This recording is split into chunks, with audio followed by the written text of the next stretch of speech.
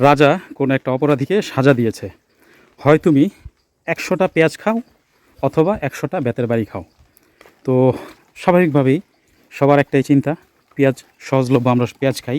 তো সেও শাস্তি হিসাবে পেঁয়াজ নিল, 100টা পেঁয়াজ খাবে, এটা তার শাস্তি। তো সে একটা পেঁয়াজ খাইলো, একদম পুরো চিল মুড়ে, 2টা পেঁয়াজ খাইলো, 3টা পেঁয়াজ খালো, এরকম 4-5টা পেঁয়াজ খাওয়ার পরে সে আর নিতে পারতেছে না। একেবারে চোখ মুখ নাক এগুলো দিয়ে ধোঁয়ার মতন বের হইতেছে, মানে এত ধাক, নিতে পারতেছে না। তখন সে সাথে সাথে বলল যে রাজামশাই আমাকে 100টা বেতের বাড়ি দেন। তো সুন্দর, তাকে 100টা বেতের বাড়ি দেওয়া শুরু হইলো। তো 4-5-10-20টা খাওয়ার পর সে আর নিতে পারতেছে না বেতের বাড়ি।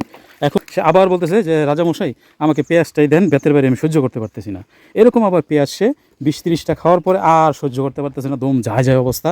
তখন আবার বলে রাজামশাই আমার বেতের বাড়ি দেন। তো এরকম করতে করতে সে 100টা বেতের বাড়িও খাইছে, 100টা পেঁয়াজও খাইছে। অথচ সে যে কোনো একটা যদি স্ট্রিক্ট থাকতো, শেষ হয়ে যেত। হ্যাঁ, সে 2টাই খাইলো। ঠিক আমরা কিছু মানুষ আছে আমাদের জীবনে বিভিন্ন সিদ্ধান্ত নিয়ে দ্বিধাদ্বন্দ্বে ভুগি। না, আপনার যোগ্যতা যেটা, আপনি যেটাতে ভালো মনে করেন, আপনি সেটার মধ্যেই থাকেন এবং সেটার যত ধরনের ক্যালকুলেশন আছে, হিসাব নিকাশ আছে, সেটা আপনি অর্জন করেন, জ্ঞান অর্জন করেন এবং প্রয়োগ করতে থাকেন।